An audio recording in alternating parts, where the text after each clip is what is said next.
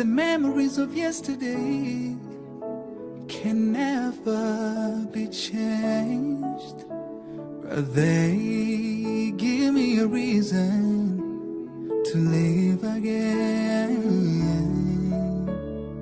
There is a reason I am here today, but there is no reason you lost your lives. You were called abusive names, deprived of rights to be humans, slayed because of who you were born. I am lighting a candle as the sign of resilience. I'm paying a tribute. You left a legacy, and I'm a fruit from the love you sowed. Let's say never again to genocide. There should be no war. There should be no genocide. Anyway, let's say never again to genocide. Let's say never again to genocide. I was young, I still needed you, but you were taken away from me too soon. If I had one wish, it would be seeing you again. Today we're strong men and women, even though you are not here to see. We're carrying on to make you feel proud out there, watching down on us. I am lighting a candle as the sign of resilience. I'm paying a tribute. You left a legacy, and I'm a fruit from the love you sowed. Let's say never again to genocide. There should be no war. There should be no genocide. Anyway, let's say never again to genocide. Let's say never again to genocide. I am a witness that if you and I come together as one, we can make sure genocide never happens again. History should be told and passed on to further generations. Let's all stand up and all sing out, never again to genocide. Let's say never again to genocide. There should be no war. There should be no genocide. Anyway, let's say never again to genocide. Let's say never again to genocide. We are here as one nation. We say never again. We unite as human race. We say never again to genocide. Never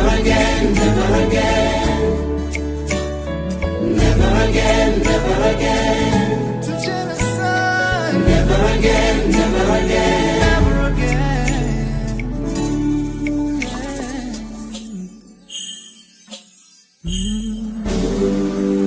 We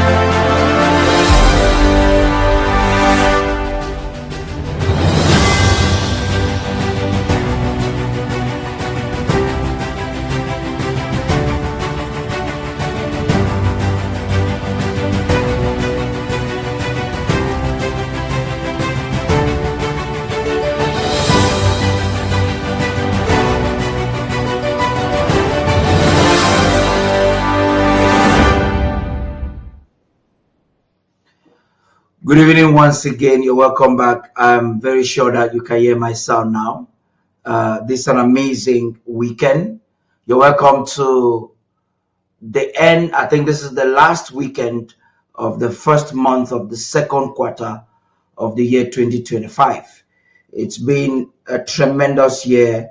The people of the Southern Cameroons, Ambazonia, are making progress together.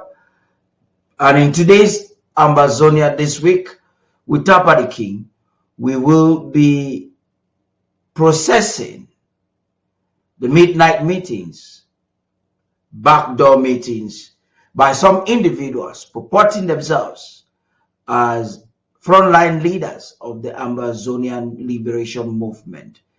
But that very supposition begs the question, who are they? What are they doing? What's the objective of the meeting? Why Ghana? Who are the organizers of the meeting in Ghana? There's a lot to worry about because a lot of these individuals are called a mixed multitude, special institutionist, federalist, those with very questionable character that have come together to talk as supposed leaders for Ambazonia, have not necessarily shown unwavering support to the cause of Ambazonia. Some of them have questioned the need of having a full independence or a restored state of the Southern Cameroons. We've had a couple of them, like Chris Anu, would have told the world at one time that he would prefer federation for a while before independence. And it is called the Consultative Commission for the Transition to Democracy. I want to believe that I'm calling it rightly. A few months ago, we had Eric Chinje of that matter, was an advocate of that platform, trying to lecture us the importance of belonging to a consultative commission for the transition of independence or something. I understand that the government of the Federal Republic of Ambazonia has reacted to that so-called meeting, and we will have that being processed in the news.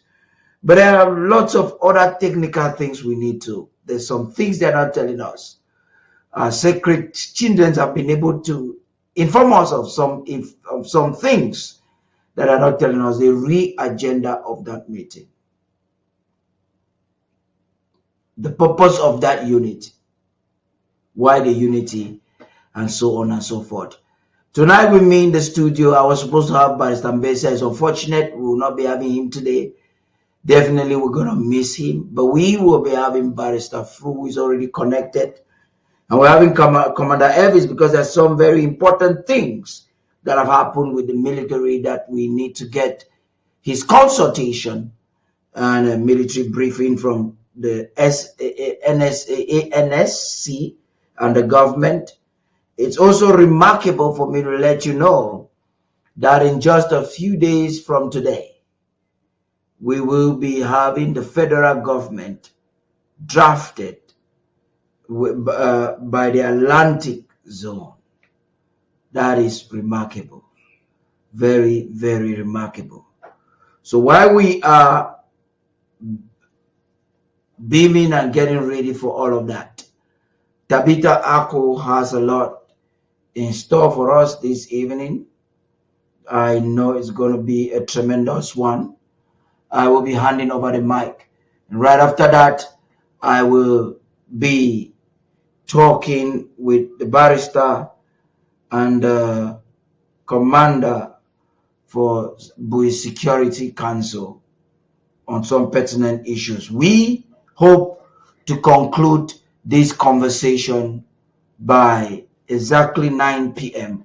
because the President of the Federal Republic of Ambazonia has called on stakeholders, I would call executives of all tiers of government, from county to LGA and cabinet and probably the House of Representatives. He'll be having a firm conversation with them this evening, and we're all invited to participate, not the general public.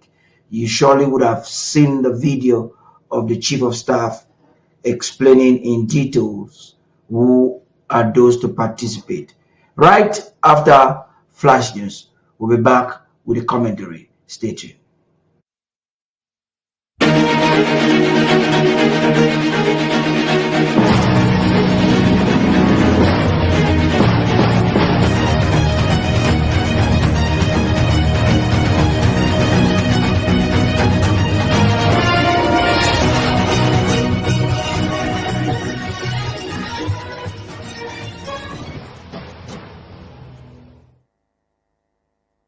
The United States has just secured the Congo-Rwanda deal. Now the question is it a bold step by Trump's administration to secure a mineral deal or peace? The Democratic Republic of Congo is a region scarred by decades of bloodshed and betrayal. The United States is betting that a fragile handshake between long-term enemies will unlock mineral wealth and stability, but beneath the surface, old rivalries, armed militias, and foreign ambitions threaten to turn this deal into another catastrophic entanglement. Well, this and many more will be detailed into this flash news. Tonight, we'll also look at report from Rwanda and a communique from the Ambazonian government with Barrister Fru and Commander Elvis. Good evening and welcome. I am Tabitha Ako. Let's begin.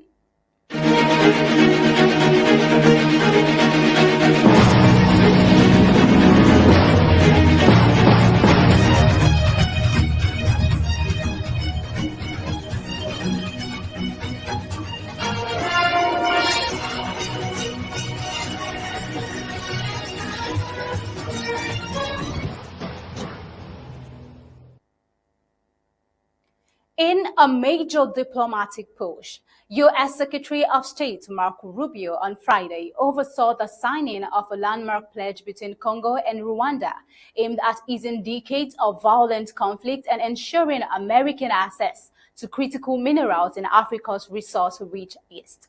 Now, with the U.S. companies eyeing massive investment and militia still roaming the forest of Congo, is Washington stabilizing the region or stepping into a dangerous quagmire?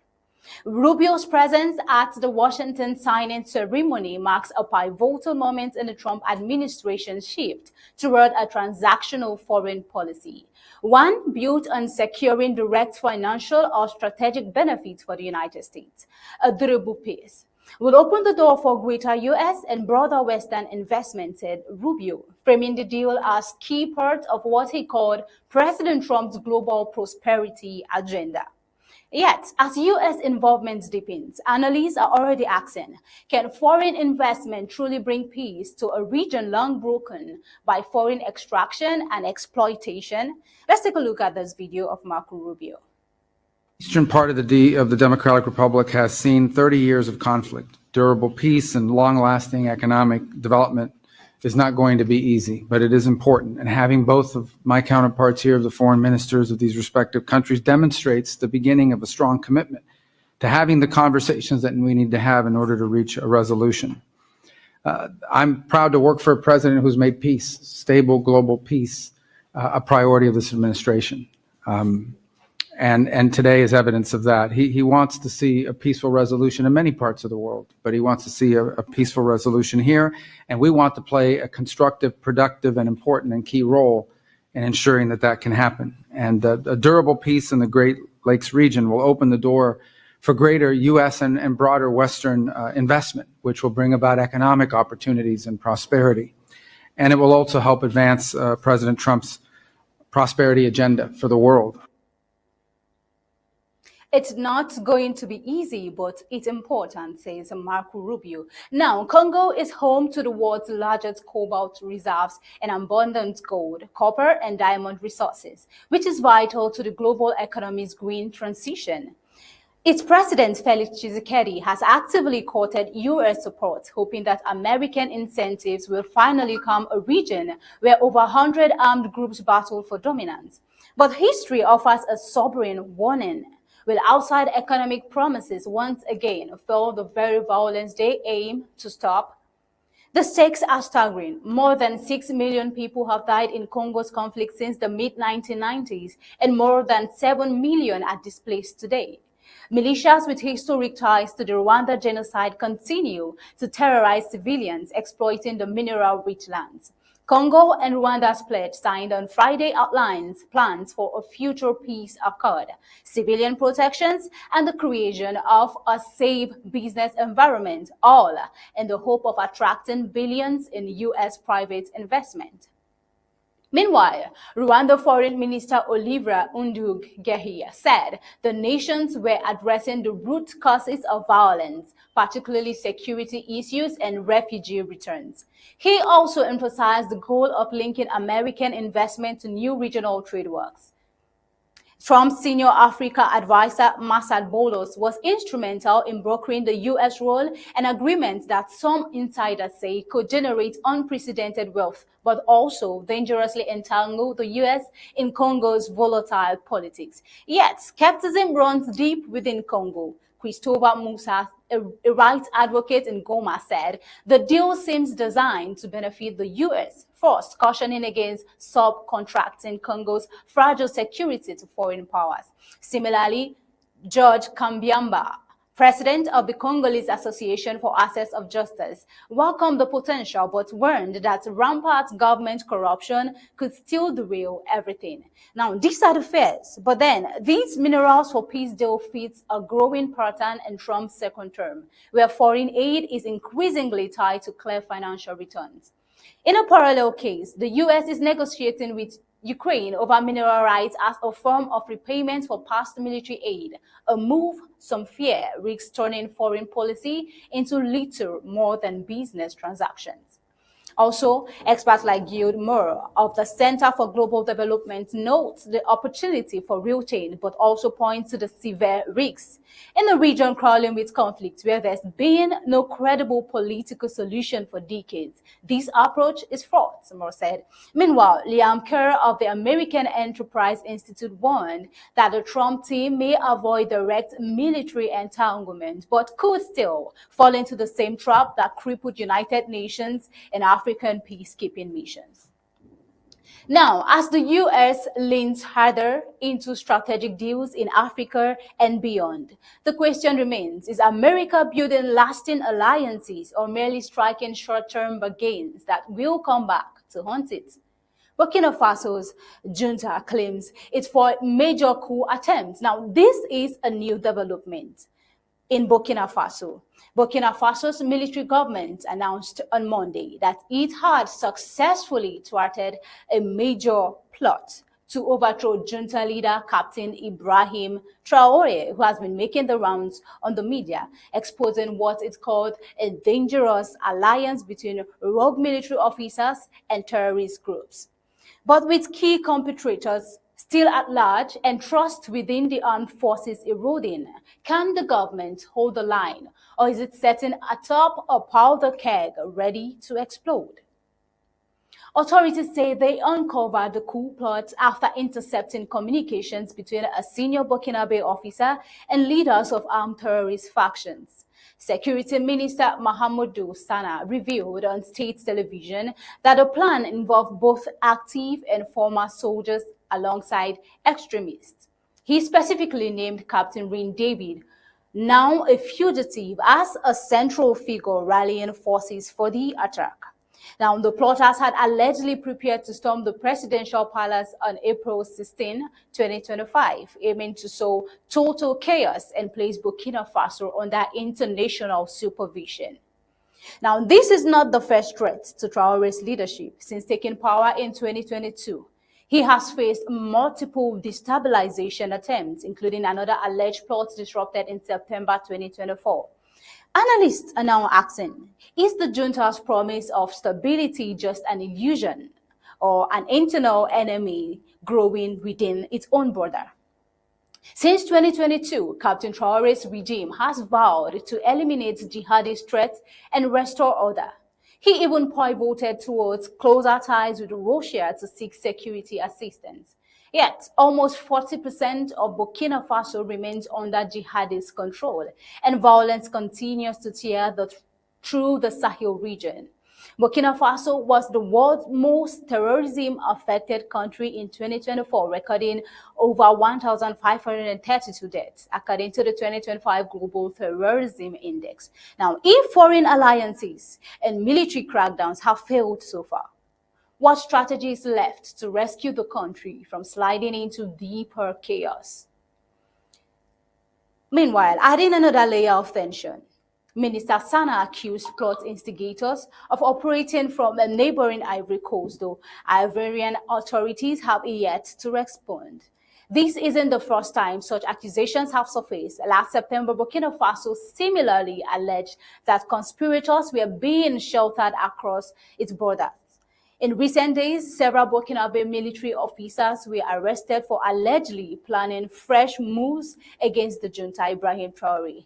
And now his move is one of revolution. But then how does he intend to move with the tide surrounding his own government? Moving on, in another development, the government of Burkina Faso has strongly criticized recent comments made by the United States General Michael Langley, commander of the United States Africa Command, during a hearing before the United States Senate on April 3rd. Now, in a statement issued by the Ministry of Foreign Affairs Regional Cooperation and Burkinabe Board, the government firmly rejected General Langley's remarks, describing them as unjustified and politically biased.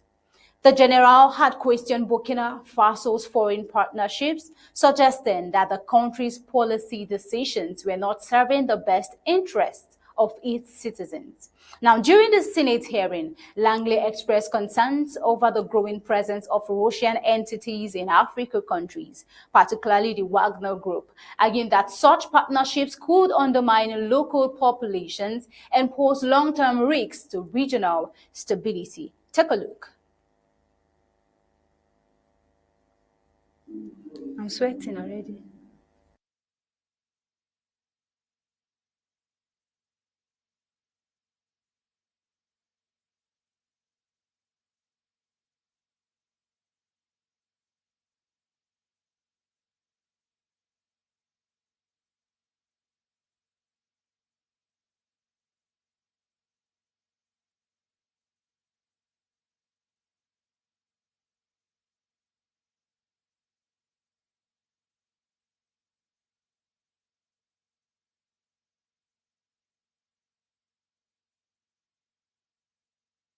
The approach that we have had with USAID and the other things like the President's Initiative on AIDS, how does our U.S. approach compare and contrast to the approach of Russia in Africa and also Communist China in Africa?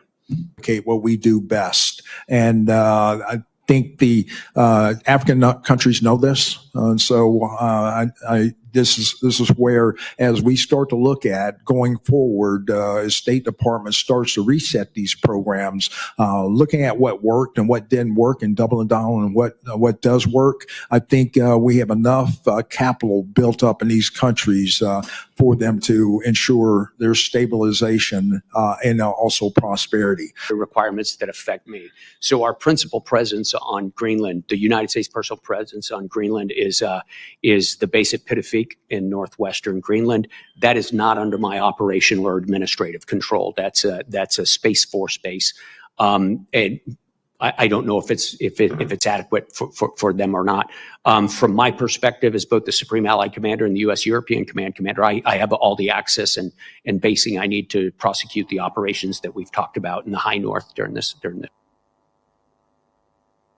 That's a concern right there for the United States. But then, Burkina Faso countered these claims by reaffirming its commitment to combating corruption, defending national sovereignty, and advancing development in critical sectors such as agriculture, education, healthcare, and security. The government highlighted the achievements of the Defense Security Forces and the volunteers for the defense of the homeland in reclaiming territories previously affected by terrorism and restoring peace in vulnerable areas.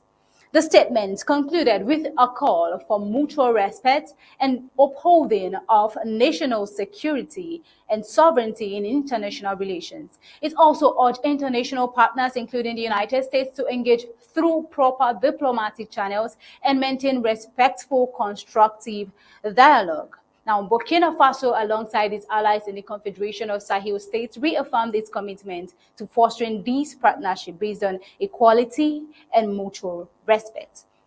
Now, also bringing you to the conclusion of this report and taking you through the recent happenings from the home front, with security challenges mounting at home and diplomatic strains rising abroad. Burkina Faso's junta faces a critical test right here. So now, is the terrorist government threatening national security or merely firefighting inevitable collapse from within?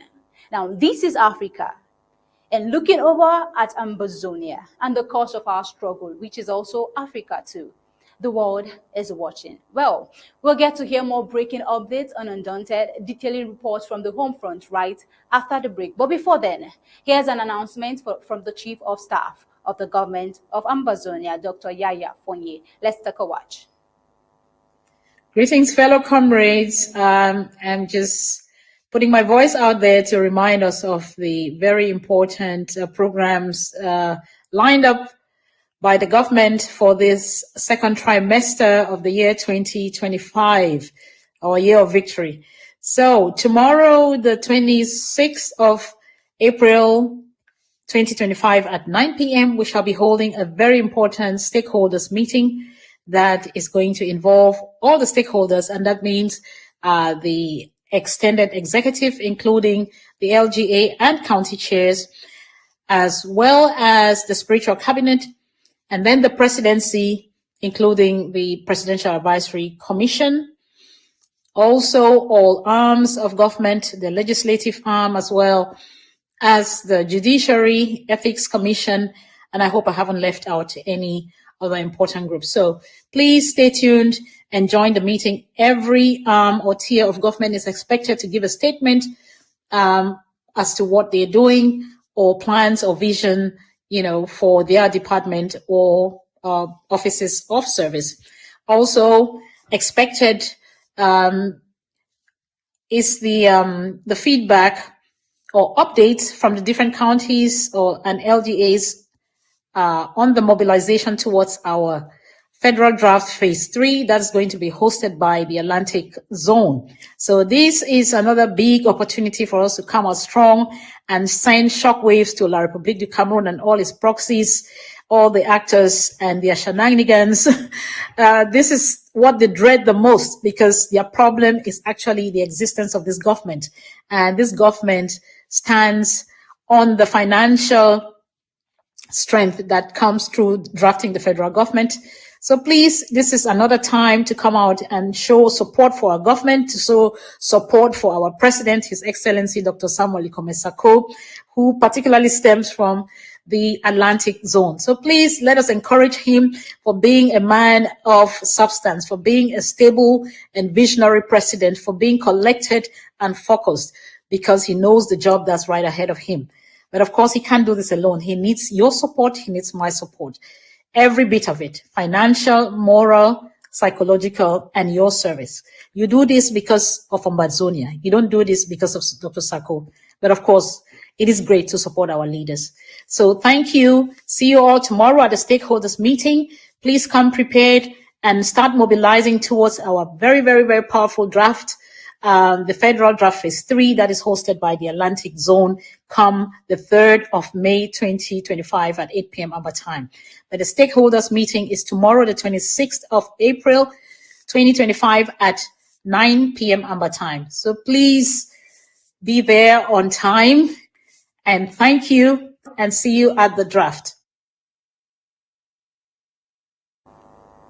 Tonight, at the top of the hour, 9 p.m., we'll be having the meeting with the President, Dr. Samuel Ikome Sako. See you there. Let's go on the short break.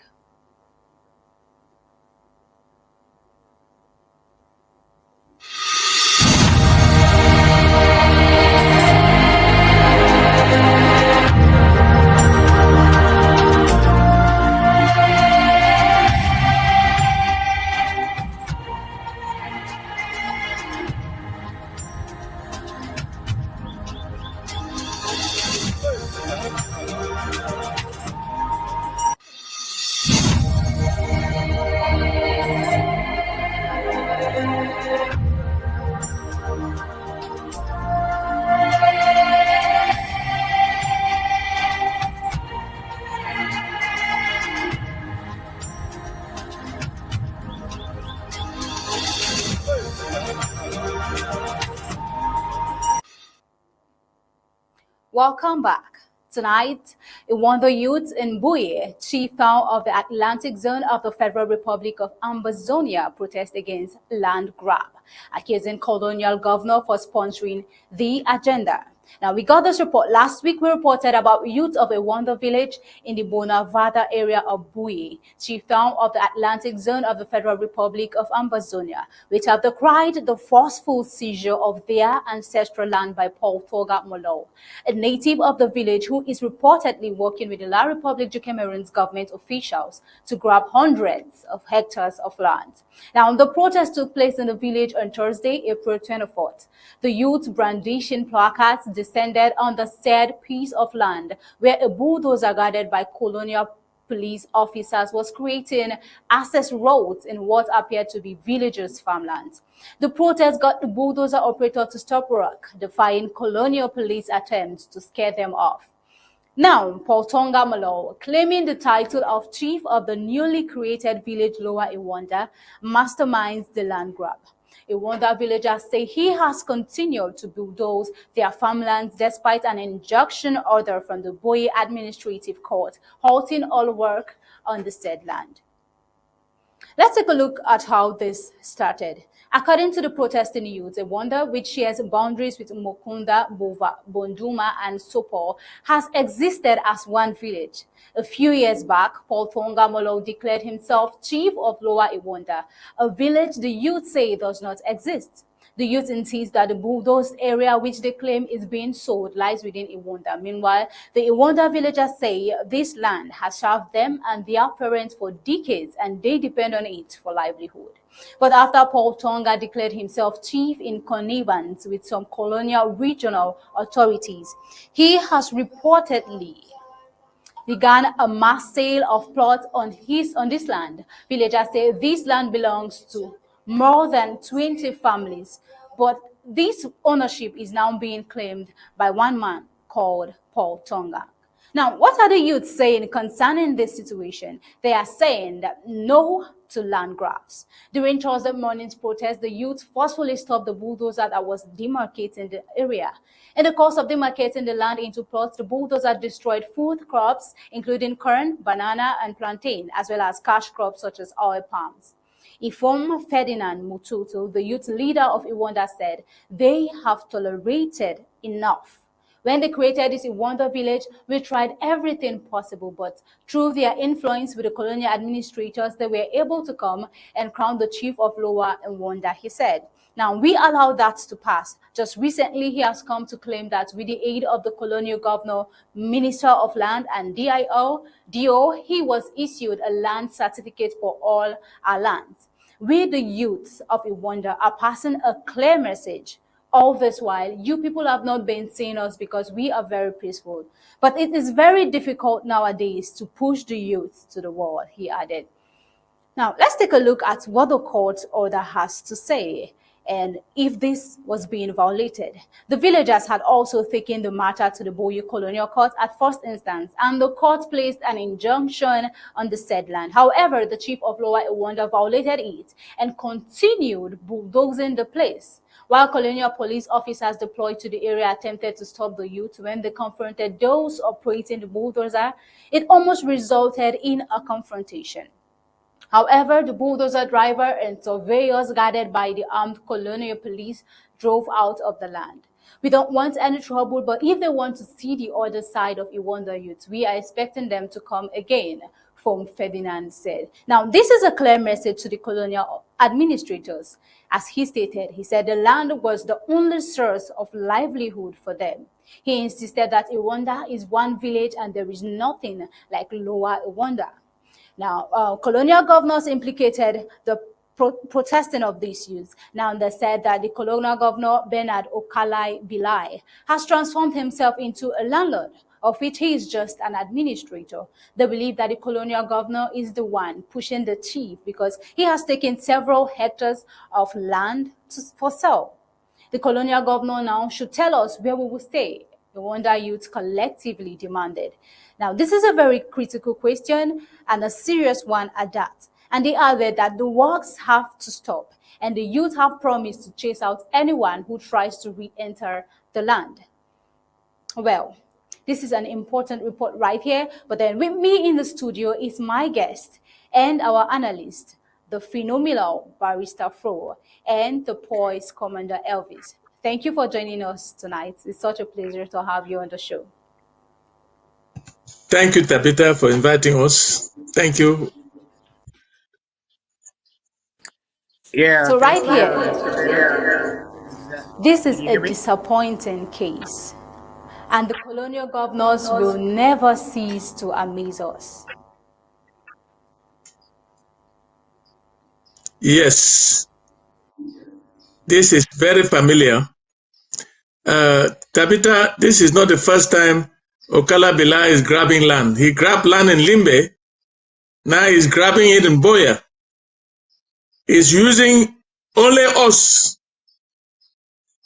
He's using one Bapere man to fight the whole village. And with the Bapere man, he is giving them caterpillars, and he has the courts.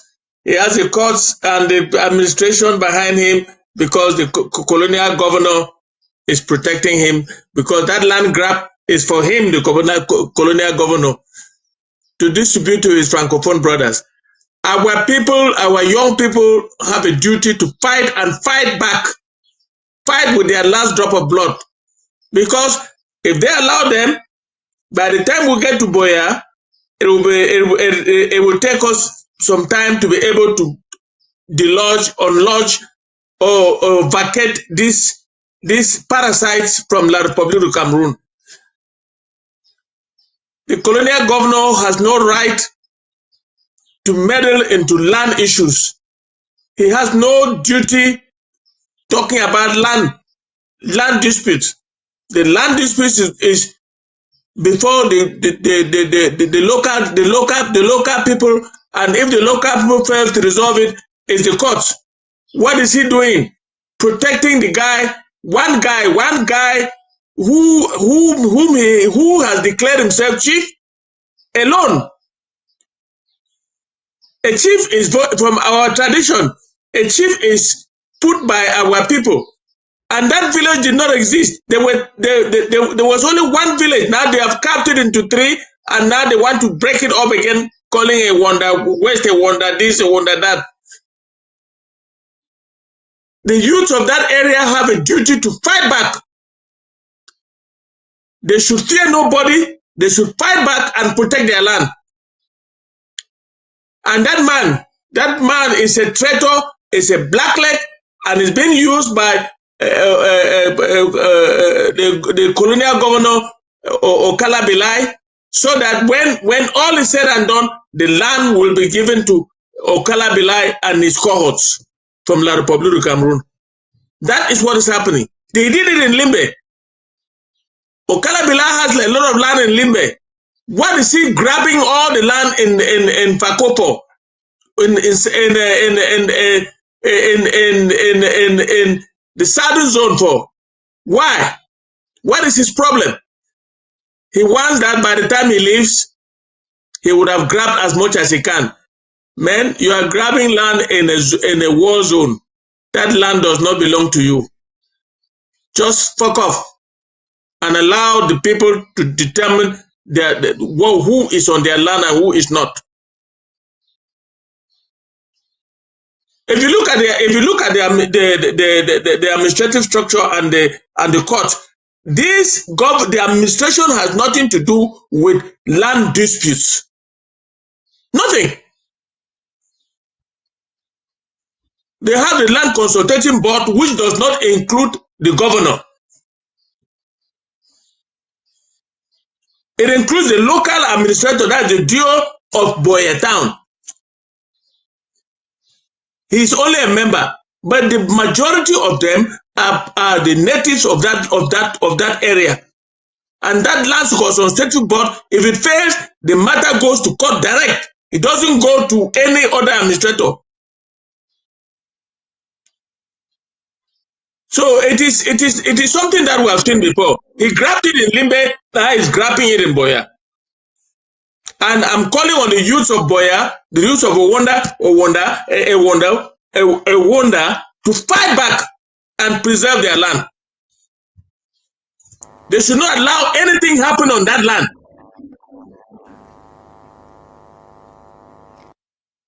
Beyond reasoning, Barrister Fru.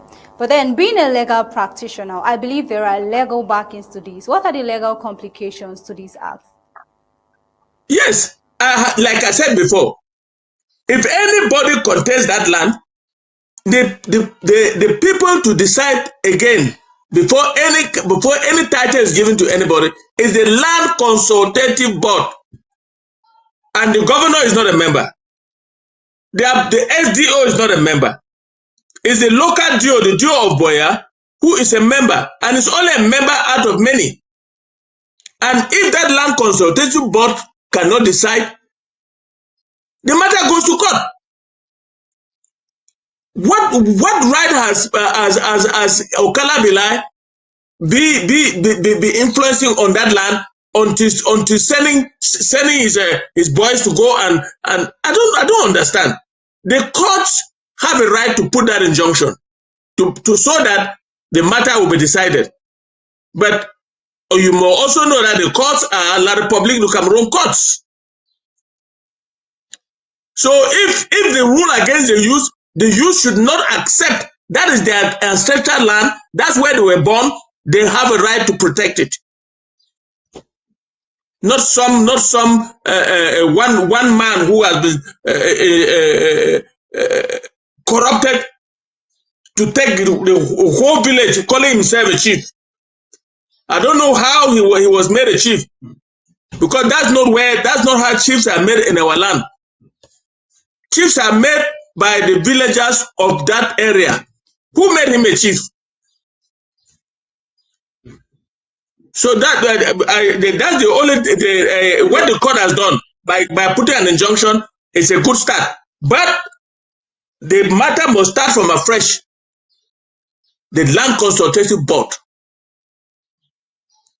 And if failing that, then the matter will go to court. And it's going to the High Court, not the Court of First Instance. High Court. Thank you very much, Barrister Fru, for that powerful reaction. Now, moving over to Commander Elvis, good to have you in the studio tonight. Now, Ferdinand is a spokesperson for the youth at this point, and this draws the importance of not being silent this time. The people are tired, and this time they are ready to protect themselves and what belongs to them. Just imagining a land that gives you that level of security and livelihood being almost forcefully taken from you. They are rising and their voice truly matters. What's the support at this point, at this critical time, coming from the Ambazonian State Army? Thank you very much, Tabitha, for that introduction. And I want to start again by thanking and applauding my very respectable statement by Fru. Always a man of wisdom, and I really appreciate his contribution. Talking about the land grabbing that's going on in the Wonder and in Limbe, let me say, as has been reported before, it applies in general to the entire Ambazonia, right? And you can see that La Republic is gradually trying to use its proxies to chip away our land, not just the land, but the people, because when they take over that land, guess what?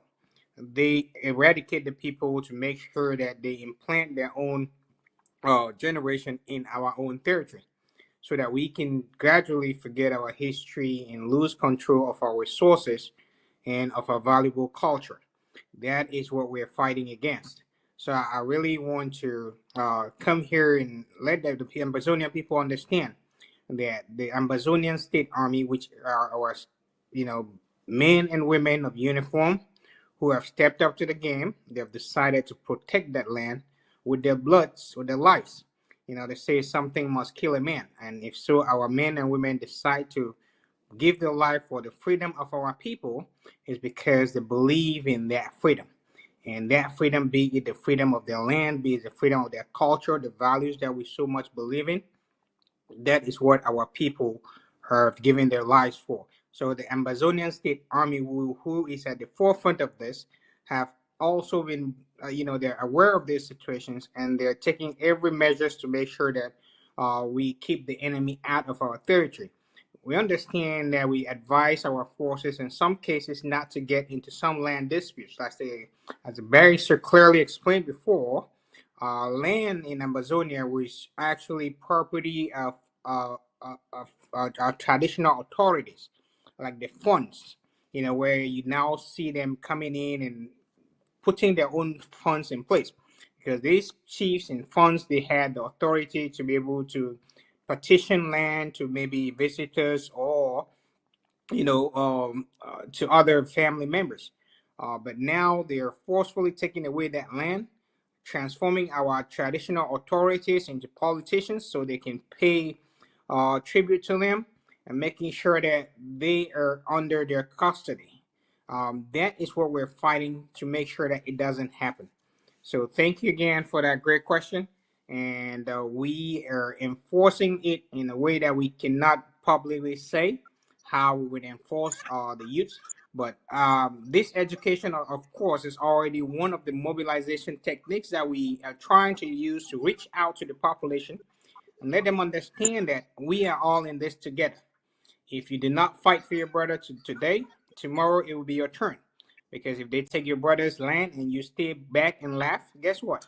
Tomorrow they're going to come for your house and nobody will be there to support you. So if they come for your house today and you don't do anything, the next day they come for your entire city. And that's why they're coming for the whole of Ambazonia. We need to stand up as one and kick out the enemy using whatsoever mechanism that is available to us. And I'm so proud of the Amazonian State Army. They have a difficult task at hand because the enemy, of course, is properly equipped in so many ways. But our Amazonian State Army are still ready for the task, and we will surely prevail. So thank you, Tabitha, and back to you. Thank you very much, Commander Elvis. In your words, you reiterated that we need to stand together as one. Well, now we have this report. The Ambazonian Defense Forces on Tuesday, April 22nd, 2025 this year, held road users hostage near Alabukam in Bamenda, the chief town of the Midland Zone of the Federal Republic of Ambazonia. Travelers along the Bamenda-Mbikwe Road faced panic on Tuesday, April 22nd. Militia of the Ambazonia Defense Forces armed gang intercepted dozens of vehicles near Alabukam and held passengers hostage for hours. Eyewitnesses and local officials said the gang emerged from a eucalyptus forest around 12:30 p.m. and operated until about 5:30 p.m., stopping nearly 30 vehicles and detaining more than 200 passengers.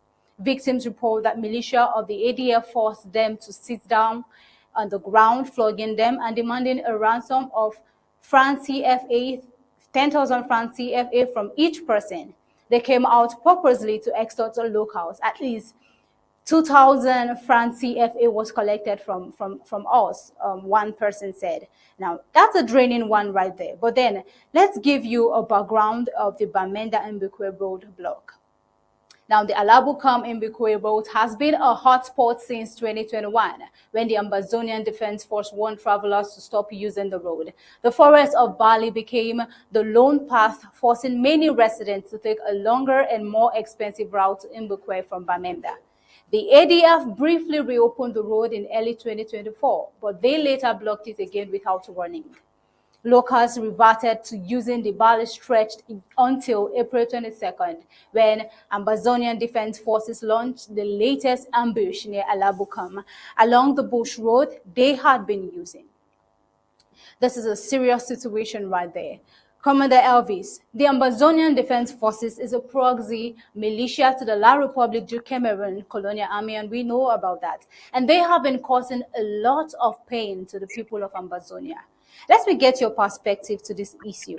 What guarantees the safety of the Ambazonian people? We see that in the streets, in the markets, on the roads, these people are being taken hostage and even detained. Tabitha, thank you again for that opportunity.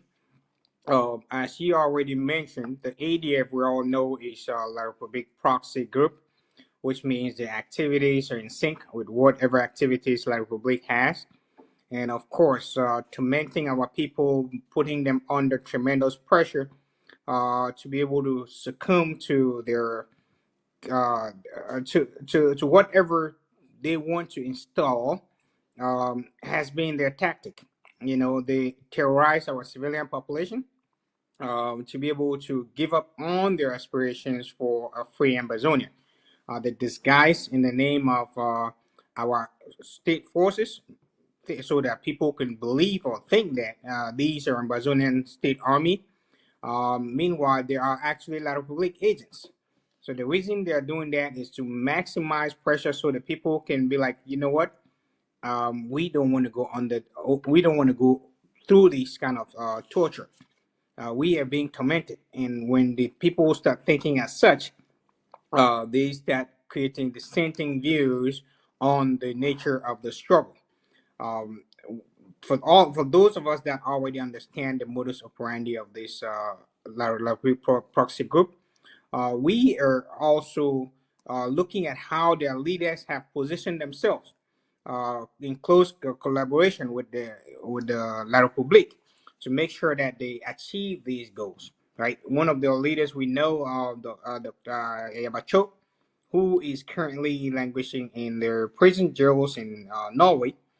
We had just learned that he has valuable property that he has purchased all the way in Great Britain, where he has siphoned some of these funds that are being taken from our civilian population, and he has used it to build himself and his life, a comfortable family in Britain. You know, these are things that Ambazonians need to understand. And that is why the Ambazonian State Army has been in direct, consultation, making sure that any of our maybe our brothers or sisters who by mistake join this group, they should pull away from such. Most of them joined in good faith because they were convinced, thinking that they were going to join this group to fight for the liberation of our people, not understanding that the people behind that group were all La Republic proxies. And in most cases, some could even follow orders blindly without knowing that their actions are actually actions that are against the struggle. On that fateful day, Tuesday, April 22nd, as you mentioned, hundreds of cars were stopped. Civilians were pulled out of their cars. Ransom was demanded, which was paid, and they went ahead to, humiliate the people on that day. People were not happy, and that's why we had all this report. There was little, even the Republic knew that was happening because their bases are not far from there. But guess what? They would not even go there because those are their friends. So whatever they collect from there, I believe they go back and they share it with them, and that's how they make life hell for our people. We just need to continue to mobilize. I'm grateful because with the arrest of that Ayabacho, our forces are starting to understand the implications that they have. They still have a handful of them in Mezam, Alabu camp to be more precise, and we have been trying to continuously educate them and get them out of that ADF mindset so they can focus and have a clear vision. We have a clear strategy going forward and not something that will be hurting or putting pain on our civilian population. So that's what I could say on that, Tabitha. Over to you. Thank you for that extensive knowledge being shared. I believe the Ambazonian people are taking note of this. But well, moving over to Barrister Fru. Barrister Fru, it is an intentional act right here. The people are being discomforted, and even at that, they are being exploited, extorting thousands of francs CFA in expense of their own safety. What's your reaction to this? Look, Tabitha, if you look at that video, you will see that they have masked themselves, and the weapons they have are La Republic weapons. They are weapons by La Republique du Cameroon.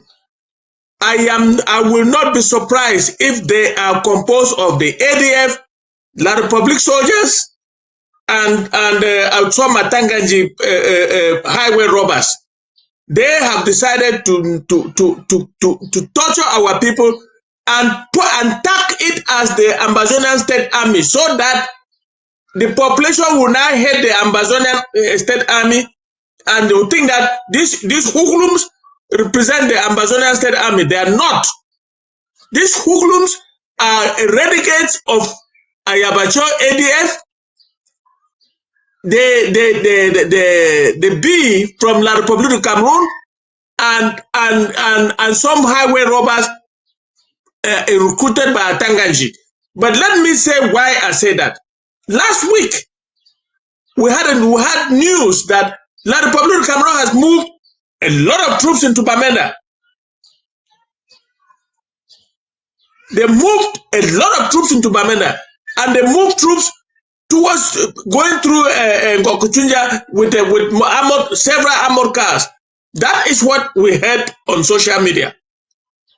Now, La Republic is in Bamenda, it has militarized Bamenda, and yet they allow those Wuklums to carry out what they were carrying out on the road to Mbengui, and claim they are they are only from ADF, or they are ADF and so on, like they always do. They are a joint force of the ADF, the B, and Wuklums recruited by Atanganji. And this insecurity will continue in Bamenda if the ASA does not do something. Because, I mean, Ayabacho is in jail. These guys are now remnants running around. They are all hoodlums now, with no control. And they are teaming up again with the B. And La Republic of Cameroon is trying to tag Ayabacho as an Ambazonian leader, so that they can condemn us, the international community can condemn us for torturing our population. And our population will be feeling that we are the ones torturing them. We are telling our population that we will do whatever it takes to protect them. From Victoria to Kambe, we will do whatever it takes to protect them. But La Republic of Cameroon has invaded Bamenda with so many troops, and we need to plan, because we'll be coming head on. Commandant Elvis knows what I'm talking about. Bamenda needs to be taken care of. Not only Bamenda, Mezam is being encroached by La Republic of Cameroon bit by bit, and before we know it, they will have military outposts everywhere in Mezam. As they are doing that thing, I can tell you, Tabitha, that there is a military outpost in somewhere near there watching to make sure that they succeed in what they are doing, so that they can share the money. This is what a revolution always brings. It brings hoodlums, thieves, and all kinds of things, and the enemy using the thieves, using the hoodlums to torture our people and put it on us. That's what is happening. Thank you for that great input, Barrister Fru. Indeed, this is a call to our Ambazonian State Army to keep up the fight and put on the strength of their might.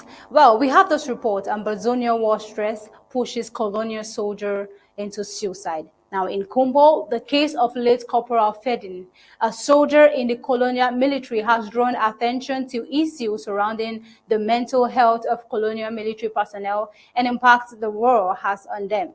He was found dead, and reports suggest he may have taken his own life after being denied a transfer to safer, non-conflict area in La Republique du Cameroon. Now, this event marks the fourth reported suicide in the colonial military in just 3 weeks. This follows the case of another colonial element who had resulted in drug abuse earlier in Bamenda, but was, however, rescued by health workers.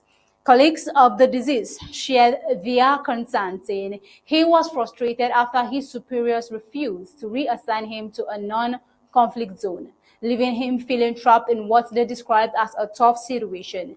Such incidents are increasingly on the rise, prompting discussions about the mental health resources available to La République du Cameroon soldiers. Now, over to Commander Elvis. This is not the topic of concern here. It is to be noted that, however, the Ambazonian population has suffered worse ordeals than the colonial military. They have for over 8 years been subjected to inhumane treatment and mental torture. Meanwhile, many of these oppressors are struggling to cope with the aftermath of their own atrocities, with some turning to substance abuse, others choosing to desert their posts, and some settling for suicide. Commander Elvis, what are your thoughts on this? Yeah, Tabitha, thank you again for that great question. Yeah, I am laughing because that La Republic soldier, the recent one you just explained there, took his life in Bowie County.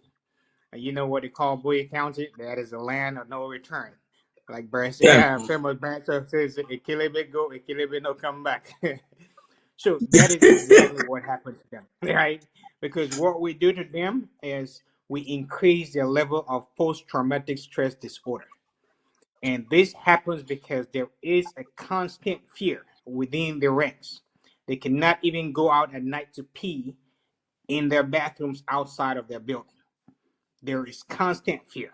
You know, the Ambazonian State Army in Bui, we greatly applaud them because they follow the Sang Suu Kyi handbook of what guerrilla warfare is all about. Tormenting the enemy day in, day out. Going after them when they're resting, retreating when they're being chased, and making sure that the enemy has no resting heaven. We had already advised those Republic terrorists that were sent to Ambazonia in Bui, to be more specific, that the best option for them is to hand their weapons over to the La Republique, to our the weapons that are given by La Republique to our Ambazonian State Army, and they would grant them safe passage to neighboring countries. You know, unfortunately, this young man would have saved his life because you don't want to die fighting for an octagonal regime that doesn't even recognize you. I'm pretty sure they're going to accuse him for maybe being some drug addict, or rather, somebody that was engaged in substance abuse. That is probably not the case. I can tell you for sure that it is the level of stress that he could not handle and the level of post-traumatic stress disorder that he already had built in him. There are many of such, and they will resolve to suicide because otherwise there is no way they can cope with that amount of pressure or that amount of stress. That is how La Republique feels in Ambazonia, in Bui County to be more specific. We want to make sure that all of them, wherever they are, that is the news that they're getting. They have that memo to take back to La Republique. They will show their brothers, they will show their sisters. So this is not a place for us to go. If you go there, if you don't get killed in the battlefield, guess what? You will not be able to sustain that pressure, and you subsequently take over your life, take away your life. The second part, unfortunately, our people have been tormented for years, you know, and like they say, it's what you dish out that's going to come back in. Even when they go out there and kill our innocent civilians, kill our parents, you know, slaughter our animals and go back to their barrack, they can't sleep because those pictures hunt them, you know. They feel they might take some substances like, you know, the famous Caillou that we know that they have tried to introduce in Ambazonia, but they still fall victim to that. So when they do all those atrocities, commit all those atrocities, and get back to their base, they can't sleep. We also have our own traditional ways of fighting them. They know that spiritually. You know, we know our famous crossing dies. You touch somebody's things that you're not supposed to touch, see somebody's money that you're not supposed to see. Guess what? When you go back to your bag, that is exactly what's going to happen to you. So we want to inform La Republique that if they continue to invade Ambazonia, unfortunately, their young sons and daughters, like the ones that sent over to Ambazonia, they'll be gone too quick, and their parents will have nobody else to look up to. So thank you again, Tabitha, and I'll hand over the mic probably to Barrister to give his own input on that. Yes, Barrister. The truth of the matter is we can't shy away from the intensity of this war. And right here, even the La Republic du Cameroon army are weary, but the Ambazonian State Army are forging ahead. There's a victory to be regained just at the end of the tunnel. So now we can have your thoughts on this situation. Well, Tabitha, you must know that La Republic of Cameroon no longer gives food money to their soldiers. All of them now are living under stress. They don't know what to eat from day to day. They go stealing, they go looting, they go doing all kinds of funny things in order to eat. Imagine a young boy like that one you just showed. He is fighting a war that he knows nothing about, and he might not have eaten all day. And what do you expect? He wants to be transferred out of the war zone, and they are refusing. So he takes his life. And like Commander Elvis says, stress is another factor, a big factor. A lot of these La Republic soldiers don't even know why they are fighting that war. And we are just knowing the few that you are showing now. I can bet you that many of them have died of suicide. Just shot themselves and died. And La Republic will declare them missing, or they have abandoned their post or something. They have run out of the country. But majority of them are dead because they don't want that war. And look, our soldiers are very, very, very well disciplined. They follow the chain of command. They live well because they have to eat. We make sure that they eat. And they have no problems with stress. All they want is to liberate their homeland, the land of their birth. They don't think about any other thing other than fighting. And that's why we don't have this type of problems. You have never heard that an Ambazonian State Army personnel has taken his life. It will not happen because he is being supervised, he's being managed, he's being protected by the chain of command, by his bosses, who themselves are being protected by the chain of command from top to bottom. Look, the army during war is not an easy place to be. Yeah? So La Republic soldiers will all die and that is a sign that we're winning. We have won. I don't know why we keep saying we're winning. We have won this war. They just don't want to go. They want to keep dying. Let them keep going to the land of no return. Bui, Gokutunja, Manu. They come to Mbeseha and they enjoy and torture the population, seize money from the population, send those hoodlums to go and hold the population hostage and take money so that they can share and eat. La Republic does not have money to prosecute this war. They don't even have money to do anything. They are going around the world begging. So this war had come to an end, but they will not accept. We will make sure that they leave our territory. We'll keep fighting. The firepower, that's why we are calling on all of us to draft and draft and draft so that we can get enough firepower to make sure that either they live or they die of stress. Thank you very much. Thank you very much, Barrister Fru. Well, we'll be moving over to reports. This week we have a lot of defense briefing. We have a lot of reports from our defense army.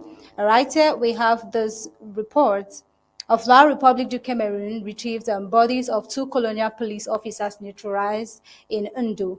A clash between the Ambazonian State Army and colonial police on Thursday, April 7th, led to the tragic retrieval of the bodies of 2 colonial police officers from Undu village. This followed a series of oppression of injustice against the same population these foreigners were meant to protect. Having had enough of the inhumane treatment, the ASA retaliated with an attack, leading to the loss of the side of the colonizers. Now, in the Savannah Zone, Undu, a commune in Donga Matang, remains a hotbed of tension in the Ambazonian War, with recent events intensifying the already difficult situation. Now, what began as a peaceful calls for equal treatment has spiraled into a war marked by violence and oppression.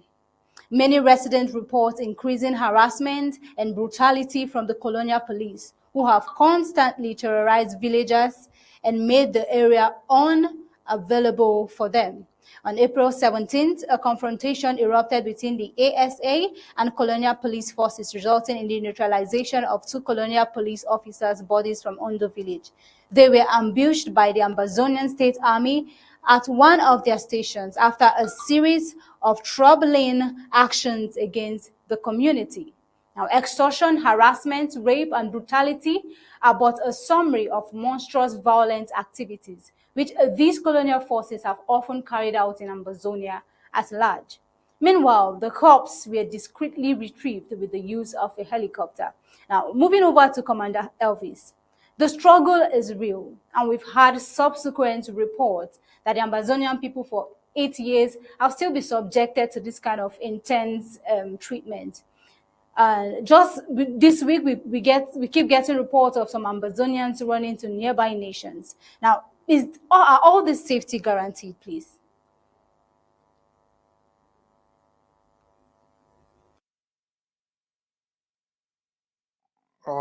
It is always, they always say, he who fights and run away lives to fight another day. We always advise our people, if the environment is really dangerous, you need to take shelter. That taking shelter, if it means going to a neighboring safe zone, go there for the meantime, and when the situation is cleared, you can come back. That report that you had just posted in there with the 2 colonial republic territories that were, neutralized in Du. There was an incident that took place prior to that, and that was a republic proxy agent from the ADF who had handed over their weapons at the DDR center, took the other La Republic groups, and they came to an Amazonia base in Du, and and killed a bunch of I think about 4 or 5 other Amazonian State Army that were there, and it was not the Amazonian State Army base, but it was pretty much an ADF infiltrated barrack. Because what they do is they will recruit, and then once they see that our fighters or people have joined in, they'll use the military to kill them, so they can present it to the people like they are actually fighting or winning a war. So unfortunately, those fighters that were killed on that fateful day, they were then used as their own bounty, what they had got from the war. So now the thing is, our people, after discovering that had happened, now informed our Amazonian State Army, and they ambushed those other people that were in Du, where they killed that La Republique, those 2 La Republique terrorist soldiers. So following that incident, we have had another attack where La Republique also has been able to use the same commander that had handed over their weapons to ambush another fighter from the ADF in locality around Noni local government area.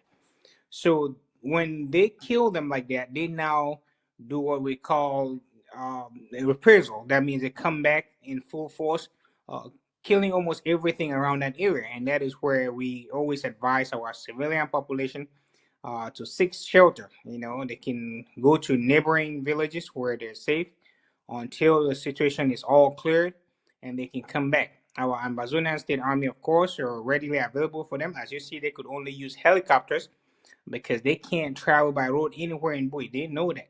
So the only way they can come in to even rescue their wounded or take the dead is by bringing in helicopter to ferry them out of that place. So that is exactly what happened there, and we're grateful again to our Ambazonian State Army for also sheltering our civilian population who don't have where to go, making sure they provide them some safe havens to take shelter in. And we're also grateful to our neighbors, the Nigerians, who have a whole lot of our civilians that have actually ran away from these conflict situations and are actually considered as refugees in Nigeria. For that, we're ever grateful, and we hope that we make the environment safe for all of them to return.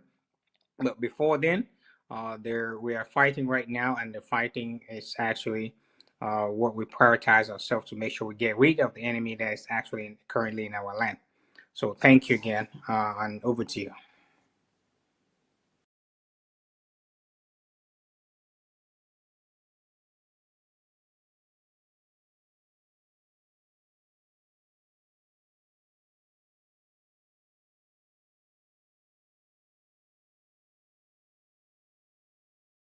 Beyond what could be seen. It is a war here, and we are focused on the struggle until freedom comes. What's your thoughts on this? David, I'm sorry, I probably missed your question there. I don't know. Could you hear me?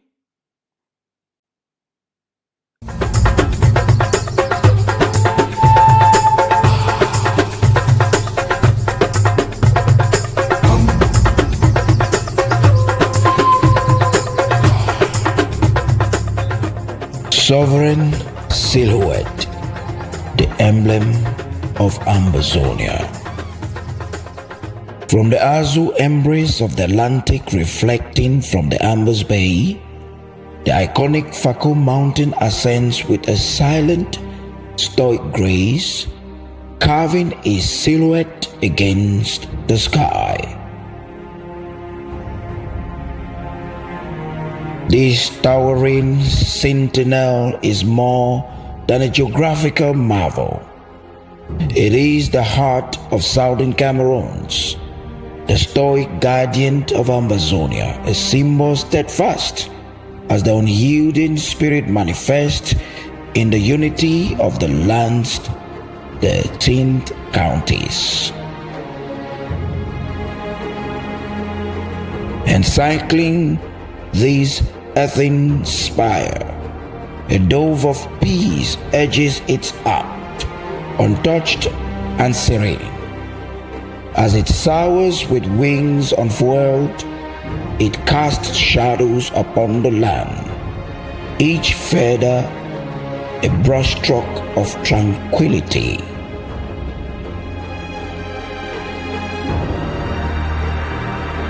Against the canvas of the heavens, 13 stars glimmer, a celestial acknowledgement of each county's shared dreams and harmonious virtues. The dove, in its eternal flight, is not merely a bird, but an embodiment of the collective longing for a peaceful existence under a shared identity. Beneath the mountain top, firmly grounded in the richness of the earth, twin elephant tusks rise as natural monuments. Their arcs, regal and commanding, capture the noble essence of the land spirit animals. This emblem, this seal of Ambazonia, is no mere insignia. It is the beacon that illuminates the path to shared prosperity. It is an oasis of unity in a world parched by discord, a visual whisper of a nation's promise, echoing across generations. Every curve, every symbol within the emblem tells the story of Southern Cameroons, an epic scripted by the enduring strength and unity of its communities. Each page imbued with the hopes and enduring spirit of its people. Sovereign silhouette, the emblem of Ambazonia.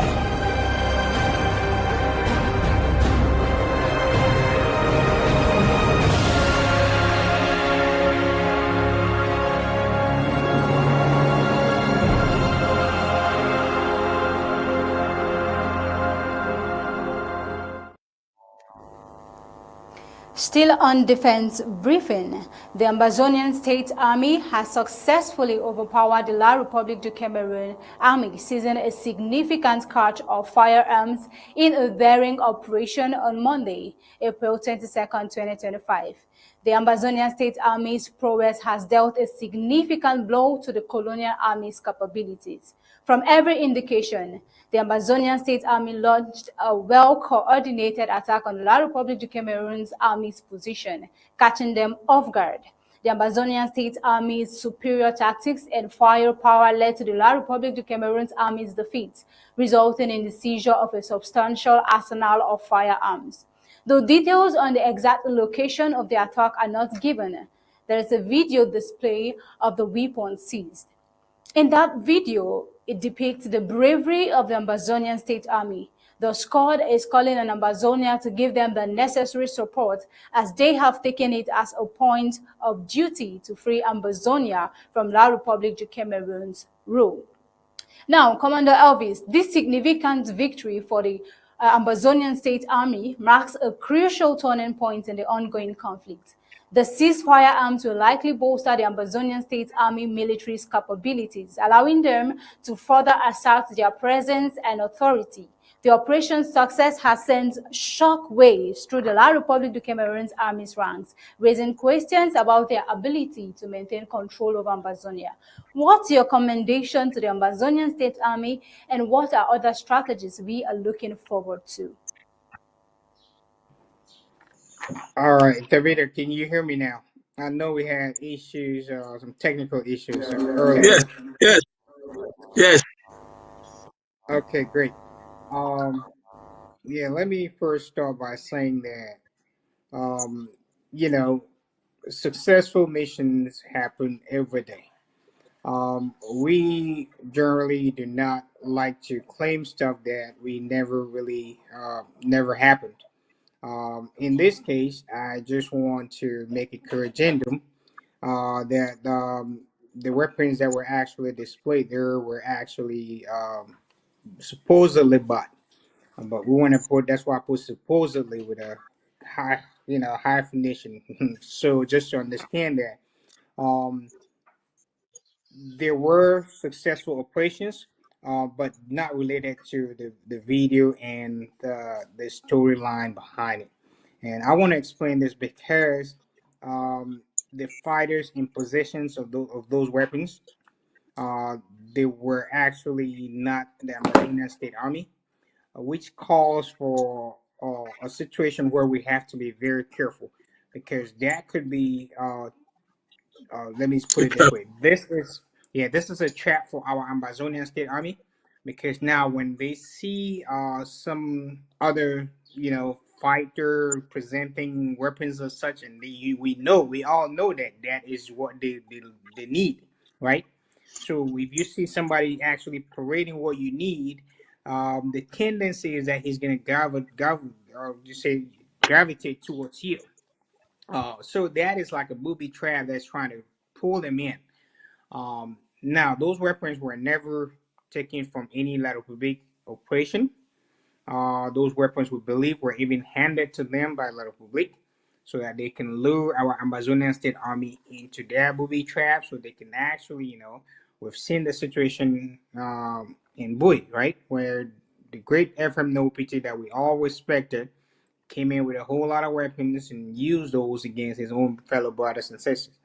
And it's the same kind of situation. Those fighters that paraded those weapons were fighters that were under him previously. For a long time, you even heard the commander there say they have not fought for a very long time. So the reason that they're doing that is just to attract other fighters to come to them. We understand a fighter being in a bag where you have maybe one or two guns will feel unsafe. He would want to run to another barrack where he sees that they have weapons that are able to also protect him. And that is how a lot of our gullible fighters will easily get killed, because now they'll be going there thinking that these are weapons that could be used to protect them, while the story is that these would actually be booby traps for them to get killed. Okay, just on that side, not despising the fact that a lot of operations happened, and in which our Ambazonia State Army has actually been very successful in recovering a lot of weapons from the enemy. We saw all the checkpoints that were successfully ambushed with a lot of success. And that is what we hope to happen across Ambazonia. All these illegal checkpoints that La Republic is manning, we need to make sure that they are dismantled. Ambazonia State Army, they have that memo already, and we can see from the results that they are actually executing it the way they're supposed to. It's a hunting game. Sometimes you go out there, you come back empty-handed. Sometimes you go and you're lucky to get something. So it is something that they, on a daily basis, they're out there hunting the enemy and making sure that they don't have any safe havens in Ambazonia. Again, we just have to be careful to make sure that we do not fall into the enemy's trap as well.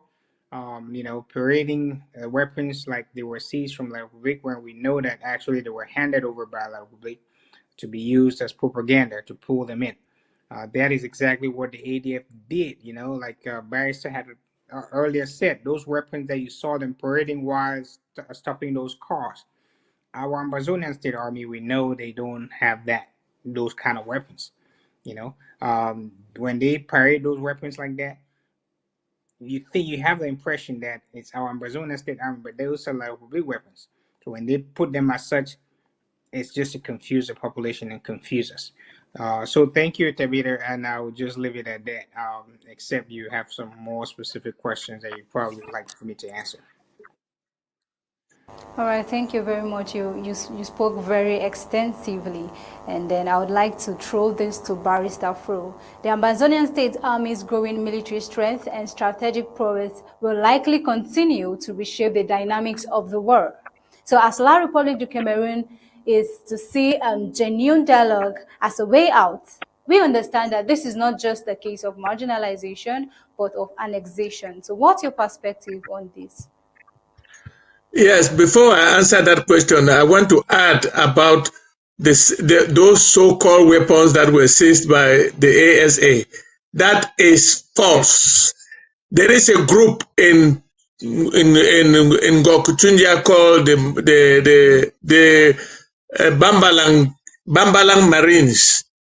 The renegades group that was left by No Pity. They have never joined, they didn't join the Ambazonia State Army. They have been floating, and they have found some kind of deal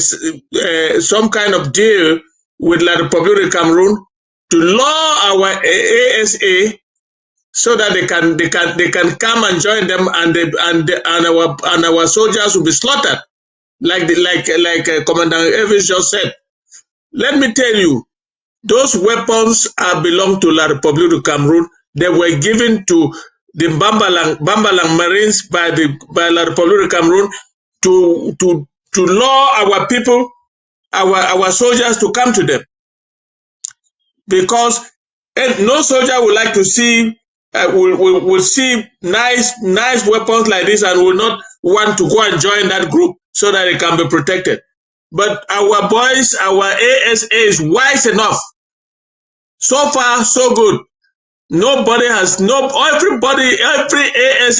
knows that that is a gimmick, some kind of a booby trap, like Commandant Elvis just told us, to bring them so that they can slaughter them.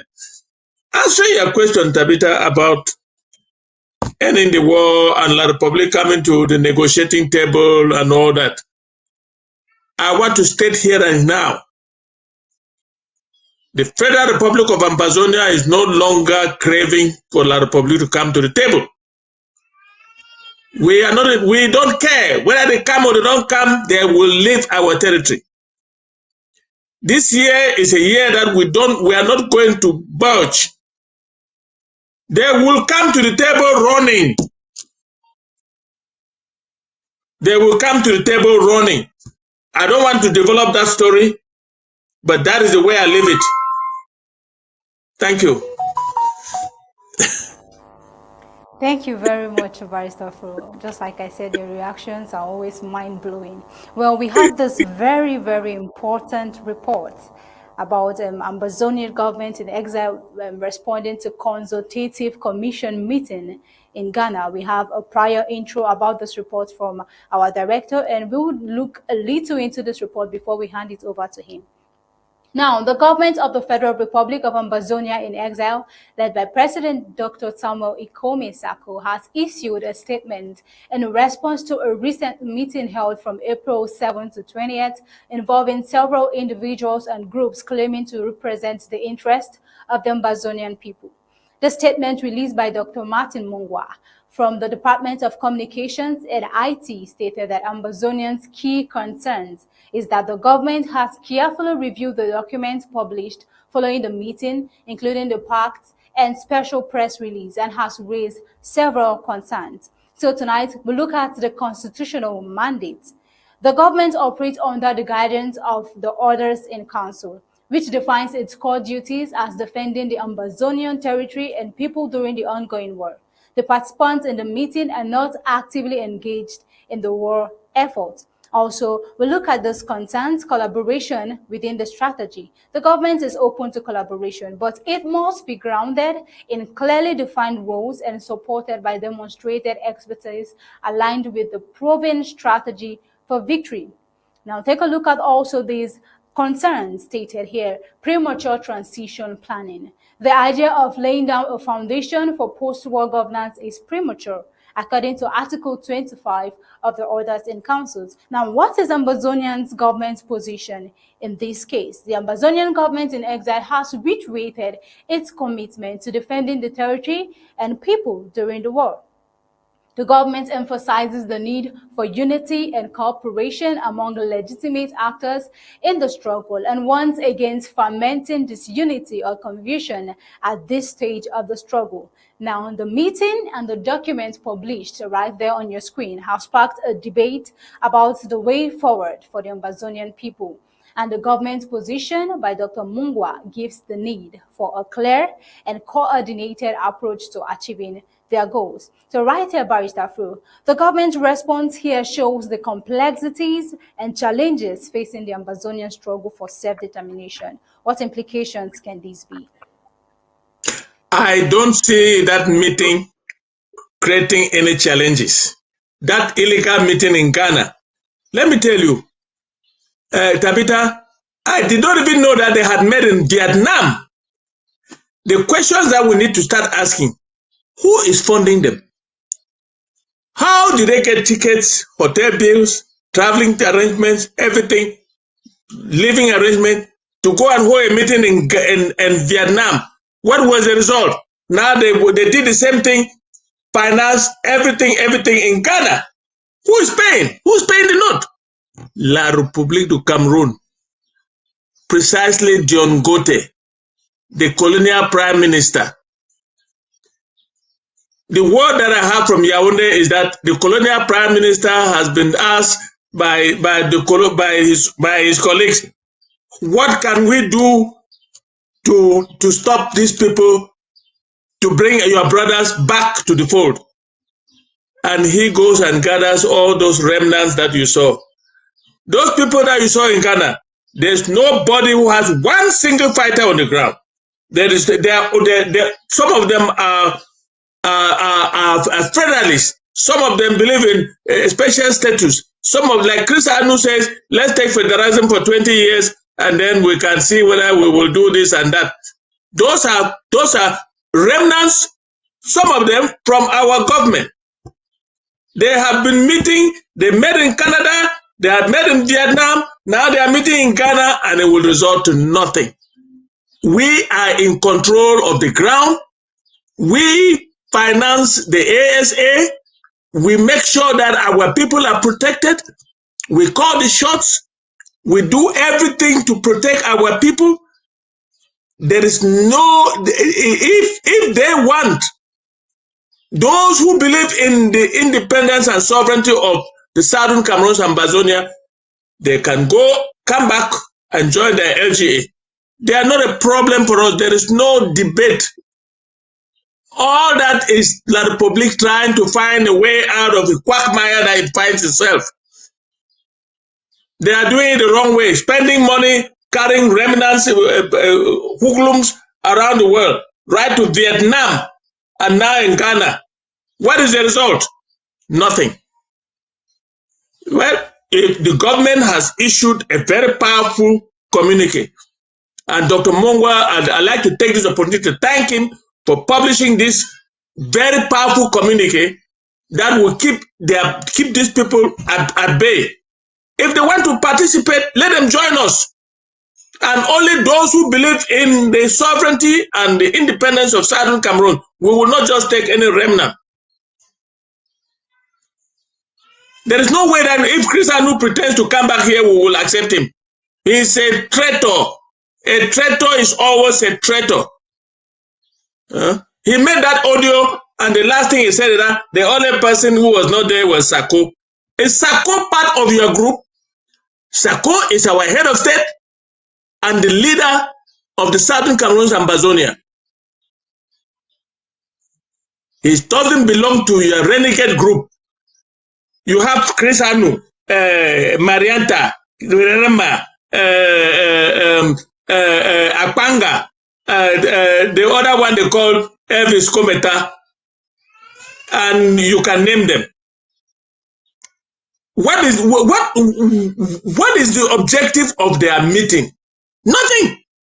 They just want to chop money, La Republic money. But that is not our business. They can chop as much money as they want. That is not our business.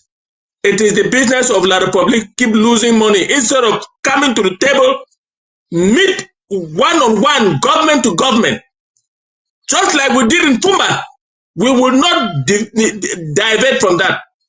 We will stay the course in that way. If they don't want to recognize this government, we will shove it down their throats and they will come. Thank you. Thank you very much, Barrister Fru. Now over to Commander Elvis. This is a situation where a supposed meeting is being held without the presence of its stakeholders. And Barrister Fru has clearly stated that it is not our business and we are not concerned. So what is your take in this perspective, or your perspective to this situation and this issue? Yeah. Oh, thank you very much, Tabitha, for that question. Well, I don't think I could say any better than Barrister has said it.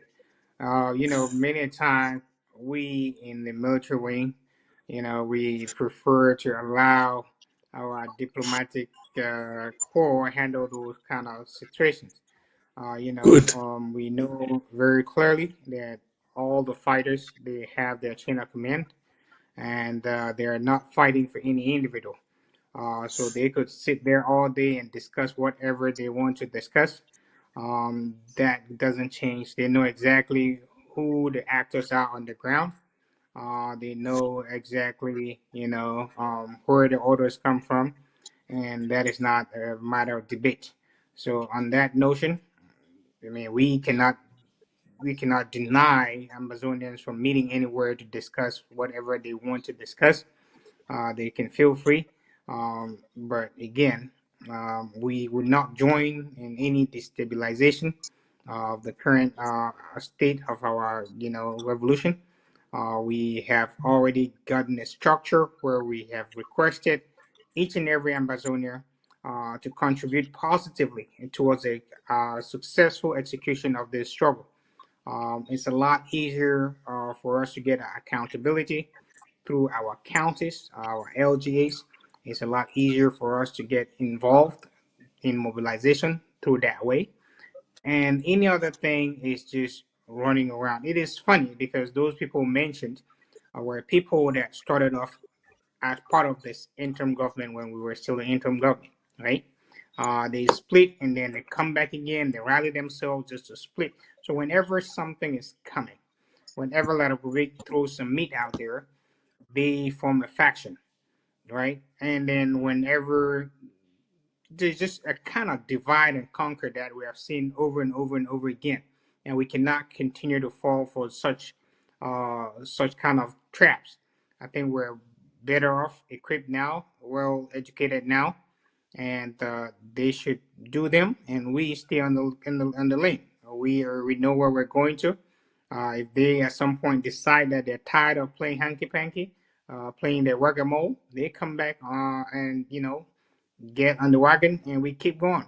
This wagon is going to Boya and nothing else, and nothing will stop it. Even if they exit, they feel free to come back. We're freeing Boya for everybody. Ambazonia for everybody. We're not freeing for us alone. They would definitely join us to enjoy the fruits of Ambazonia. But we advise them that rather than running around, they should come clean. Most of them, as you see, they can't even show up in their counties because they have been maybe notorious for one reason or the other. And best thing is just to go and meet up with other people and try to execute a La Republic agenda. But they have no chance. They cannot even do that because they have no boots on the ground to be able to control or dictate what happens. So again, on that lane, nothing to really worry about from my perspective. Over to you, David. Thank you very much. Thank you so much for that extensive perspective. It's always been an honor hosting you on the show, Barrister Fru. It's been an amazing time. Commander Elvis, thank you so much for the time you devote to giving us your remarkable perspective and thoughts. It's such an honor to have you. Well, until next time, this is where I'll be handing over the show to Mr. Tarh. I believe we have more perspectives to share in the show. That was amazing. Thank you very much. Thank you, and Barrister Fru, Barrister Mbeseha. We have a meeting with the president in just a few minutes, and so we'll be looking at the things here that these people are not saying. I want us to profile. You've done a good job by starting the conversation, but I would like us to profile the forerunners of this whole consultative commission of transition to democracy and blah blah blah blah blah. We need to provide them one after the other. Before we get to profiling Chris Ano and his agenda, Marianta, and the fact that we hear she's cousin to John Gute or something, Akwanga, who once requested for a ceasefire, and the others, Kometa, who has created, nobody in the struggle would have created chaos more than Kometa has done. You understand what I'm trying to tell you? It's unfortunate the way the things are going. Let's start with this former CRTV journalist, Eric Chinje. Apparently, after our concerns, he's now taking the backstage. Eric Chinje has never professed or stood for anything that has to do with an independent state of Southern Cameroons. We know he's a part of this. I've seen him on ABS, some excerpts. He is advocating for this consultative thing and trying to lecture us how important it is. We know that Neba for them is a part of this structure. These are not independentists. I understand Chris Ano is pretending. I understand. But these are people who have never. So it is a recycling of every other thing that Cameroon has done and has not failed. So Barrister Fru, what do you think they're saying? I have something to say before we leave. What do you actually think they are not telling us in this whole idea of trying to box all those they call leaders together in a consultative platform? Please talk to us. Thank you, Paddy. Like you rightly said, the name Consultative Commission for what Democracy, that name came from Eric Chinje. This conference, the title of this conference was propagated by Eric Chinje. Eric Chinje is a classmate of mine from Sacred Heart College, and one of his parents is from La Republique. So I would not blame him if he takes a position for his country. But the fact that he appeared on ABS, and we know what Chris Anu had been talking about, that whole federation in 20 years, then we will re-examine and see whether we can now ask for independence. And Eric Chinje has appeared on ABS at least twice that I've seen. Yeah. Eric Chinje is the motto behind this. What are they not telling us? This is a meeting.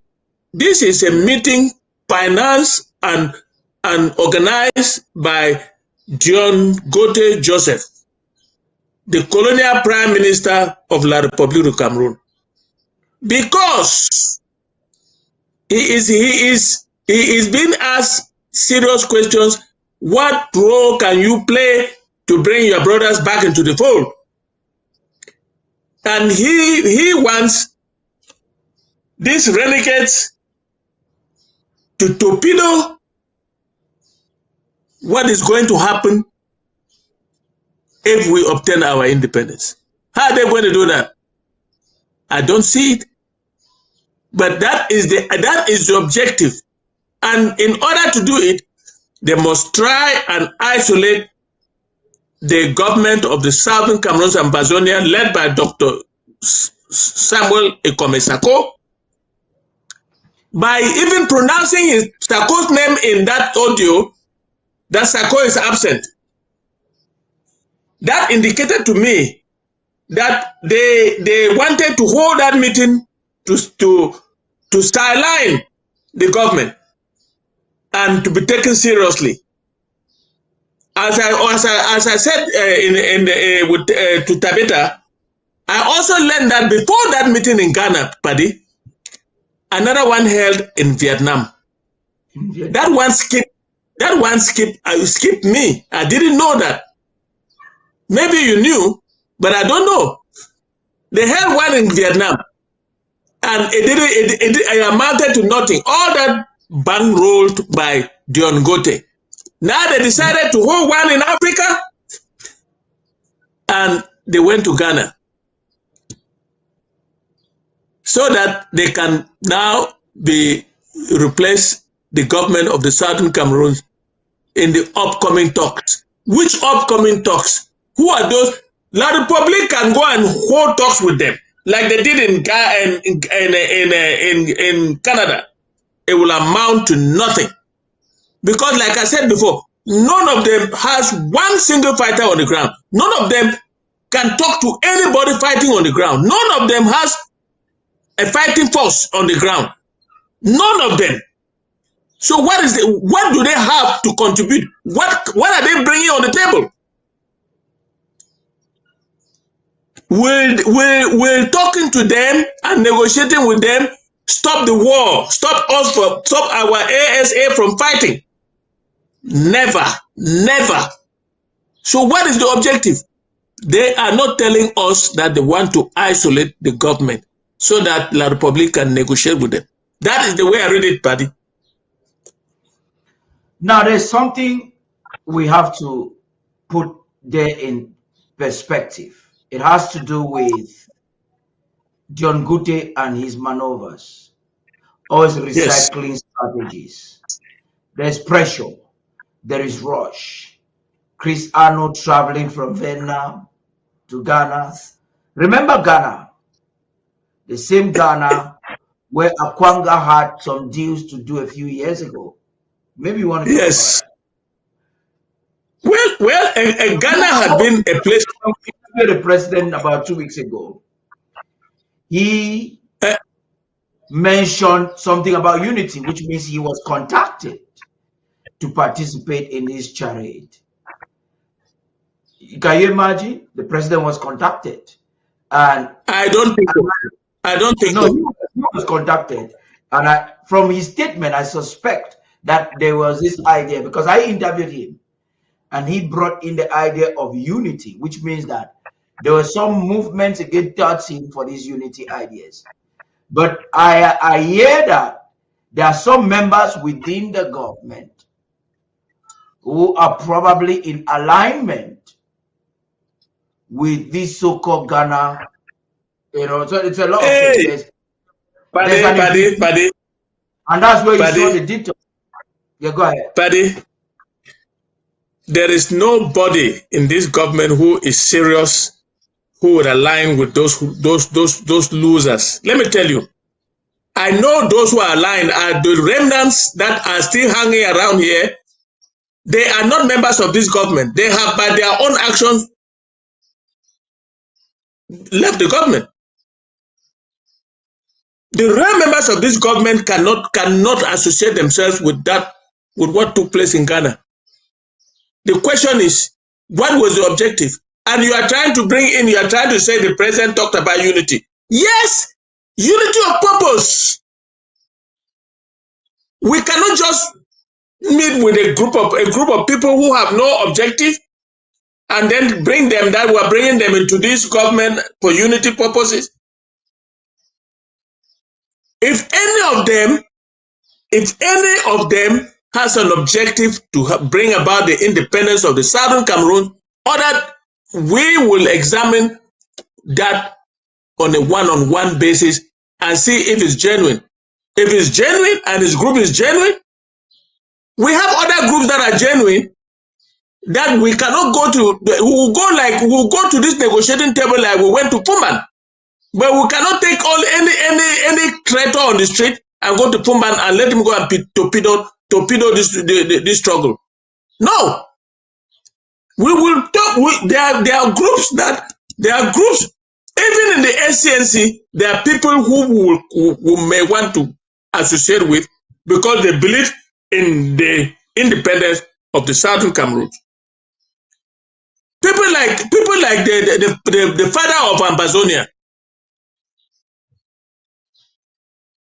He does not believe in all these renegades running around the whole place. I'm talking about Gojidinka. He's a very old man now. He may not have the strength, but at least he has some people that he confides in them. And if he can join us for the negotiating table to get our country back, it will be great. But we cannot be talking about a group of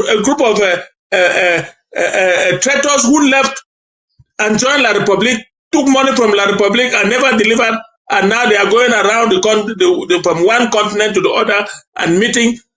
They went to Vietnam, they went to Ghana, to Canada, North America, from there to Vietnam in the Far East, and now they are in Africa. And what are they looking for? We don't know what they are looking for. They would have found it by now. So I don't believe you when you say the president might have been contacted. To do what? Okay, let's suppose that the president was contacted. The president would not accept. This is the point I'm trying to make, Barrister Fru. And every time they want to do this, they seek the legitimacy of President Sako.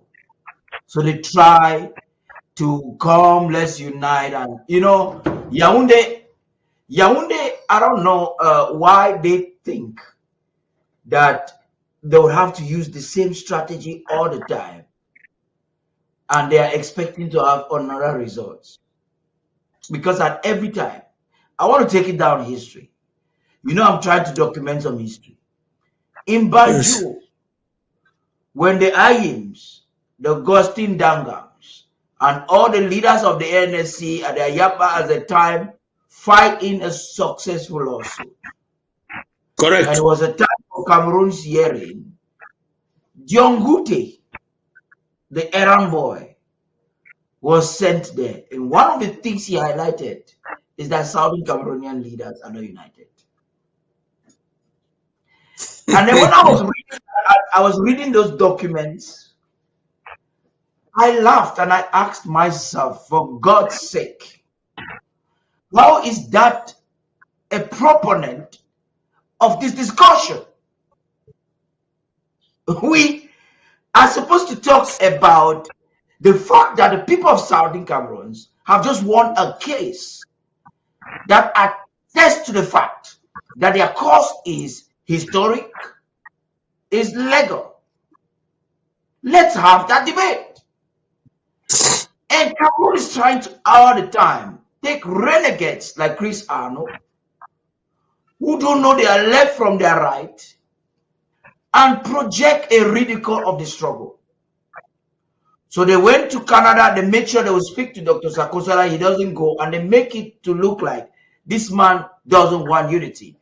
But in that document of Dr. Mungwa, the president, is a clear-cut line on what kind of collaboration the government is looking forward. Collaboration is different from unity. Yes, the president made mention of how we can work together. What can we do together? When I was interviewing him. So these are some of the lines I want us to talk about. He asked questions. How can we work together? Okay, yes. I am feeding the refugees. Do you want us to combine together and do some feeding with the refugees? So these are the lines I want us to talk in conclusion. We have approximately 7 minutes. And I'll bring maybe he wants to make some comments before we leave. Go ahead, please. I'm listening to you. I was going to say that there is a difference between unity and unity of purpose. Unity of purpose is actually collaboration. Collaboration. For those who believe in the independence and sovereignty of the Southern Cameroons in this struggle, this government is ready to collaborate with them. But on all those people who have been meeting, nobody there qualifies on what I'm saying. They have all abandoned ship. They are no longer thinking about the independence of the Southern Cameroon or its sovereignty. But we still have other groups, other people, both individuals and groups, that believe very much in the independence and sovereignty of the Southern Cameroon, and we cannot let them out. That is what that communique is alluding to. If you look at, let's look at the personalities that met in Ghana. Chris Anu, a renegade and a traitor from this government who sold out to La Republique of Cameroon and took money.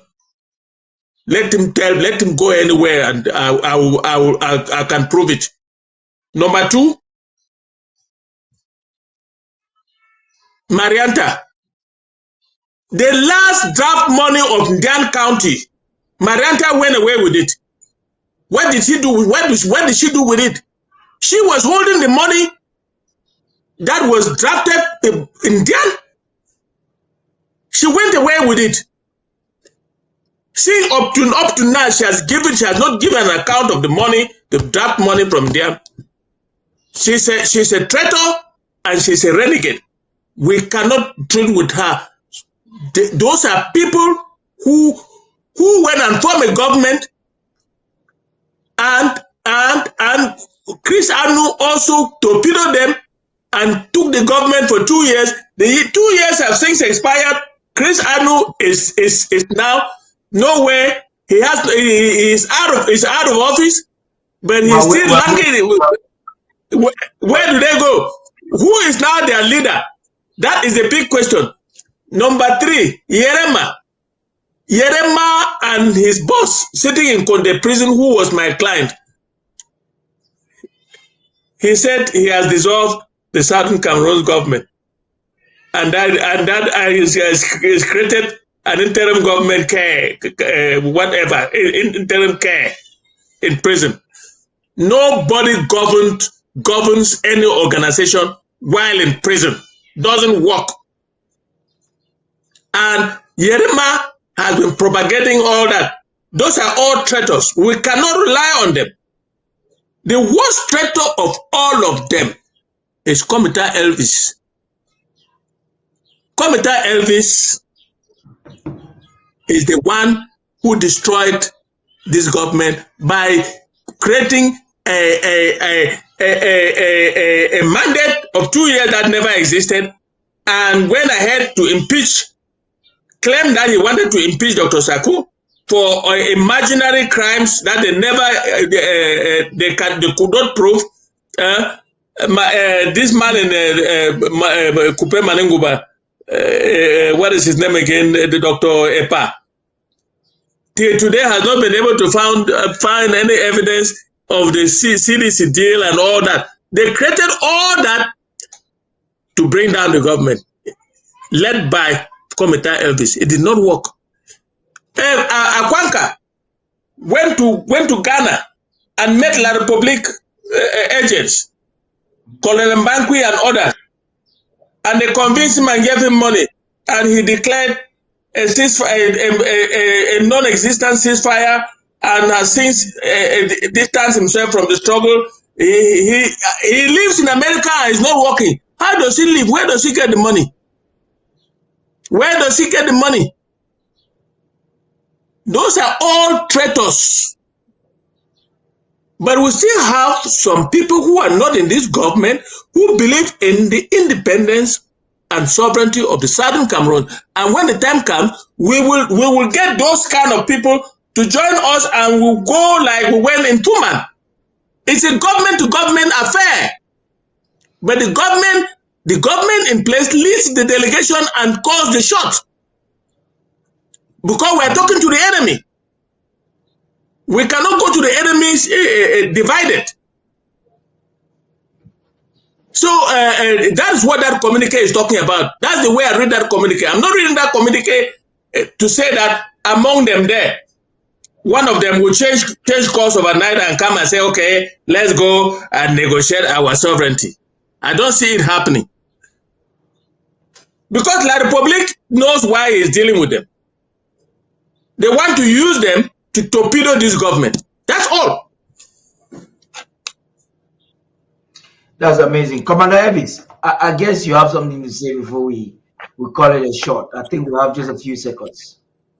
Matter of fact, let me just run through it pretty quick. Yeah. Thank you, Commander Paddy. I was just thinking of the fact that they say the enemy of your enemy becomes your friend. That was just a gathering of those.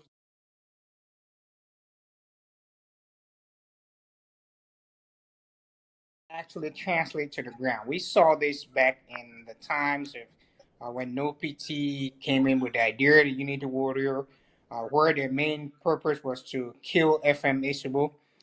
They succeeded. They destabilized Bui. We did everything in our power to restructure Bui back. We saw that in the APLC, where they said, "Oh, now we're coming together under APLC." Where they had planted commanders on the ground, like the millipede guy from Dian, who we now know was a Little Big agent that was actually, heading that group. They went around, killed strong fighters like the transporter, general transporter that was in Meme, the Beta Colas. They killed a lot of strong fighters. And where is the APLC today? Nowhere to be found. Or where is that Unity Warrior? Nowhere to be found. So this time around, you can see those guns that are being paraded. Again, that if you add those two together, you will see that is another link to probably use that channel to kill a lot of other fighters that are paying allegiance to this government. We have to be very careful when these moves take place. We already see these kind of things, and we can predict where their direction would be. We need to inform our ASAs, mobilize them, keep them ready. And now is the time. That is why we are drafting. We're drafting because we need to make sure that we are fortified. Our forces have what it takes to be able to conquer those internal enemies that will be sent to their way. We know they will be coming because this money that has been given to these enemies of progress, they will try to use it to justify the reason for which they joined. But we can already assure them that it is a back to sender kind of message already. We will send them right back to where they were coming from. Ambazonia would be free, and free shall it be. Thank you, Comrade Paddy, and you. I like the fact that you have really cited some of the catastrophes that have been orchestrated by the same folks. We cannot belabor the point. There's a lot I thought we were going to have the time to talk, but unfortunately, the entire it started a little late, and we need to attend the meeting with the president. I hope we'll have the opportunity during the week to talk more on some of these things. We spent a lot of time last week actually talking about Abdul Karim, and a lot of things are happening. The meeting with the president by principle should be starting at this time. So it's important for us to connect. I'm calling all those who are watching us. You keep sharing. I'd like you to join. Okay, for those who are supposed to be there, if you are not a government official, you cannot attend the meeting. I am. So I have to leave. Yeah, I'm talking to those who are watching us, apparently. If you are not a government official, you cannot join the meeting. So I want to thank you all for tuning in. Thank you for participating in this amazing program. It's been a long day, and it's definitely certain that it will be a much longer day. Tonight with the president, we hope to be briefed on what is happening. See you next Saturday when we'll be drafting the Atlantic. The Atlantic will be hosting the federal government. So we hope to see every Ambazonia there. The broadcast will start much earlier. Have a beautiful, should I say, a beautiful night's sleep or a beautiful weekend. And the news week begins again on Monday. Bye.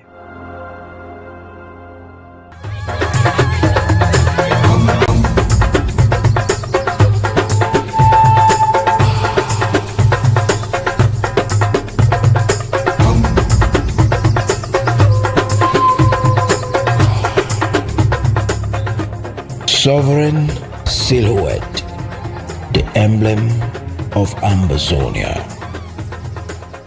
From the azure embrace of the Atlantic reflecting from the Ambas Bay, the iconic Fako mountain ascends with a silent, stoic grace, carving a silhouette against the sky.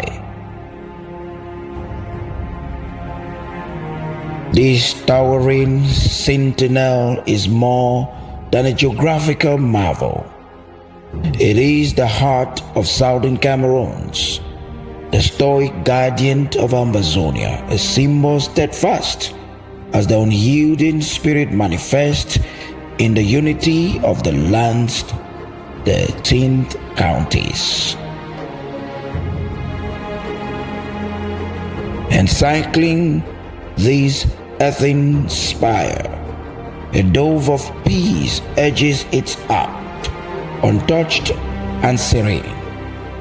As it soars with wings unfurled, it casts shadows upon the land, each feather a brushstroke of tranquility.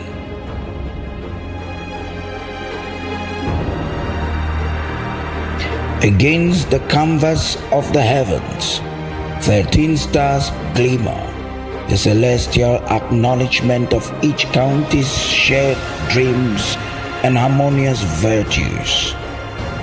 The dove, in its eternal flight, is not merely a bird, but an embodiment of the collective longing for a peaceful existence under a shared identity. Beneath the mountain top, firmly grounded in the richness of the earth, twin elephant tusks rise as natural monuments. Their arcs, regal and commanding, capture the noble essence of the land spirit animals. This emblem, this seal of Ambazonia, is no mere insignia. It is the beacon that illuminates the path to shared prosperity. It is an oasis of unity in a world parched by discord, a visual whisper of a nation's promise, echoing across generations. Every curve, every symbol within the emblem tells the story of Southern Cameroons, an epic scripted by the enduring strength and unity of its communities. Each page imbued with hopes and enduring spirit of its people. Sovereign silhouette, the emblem of Ambazonia.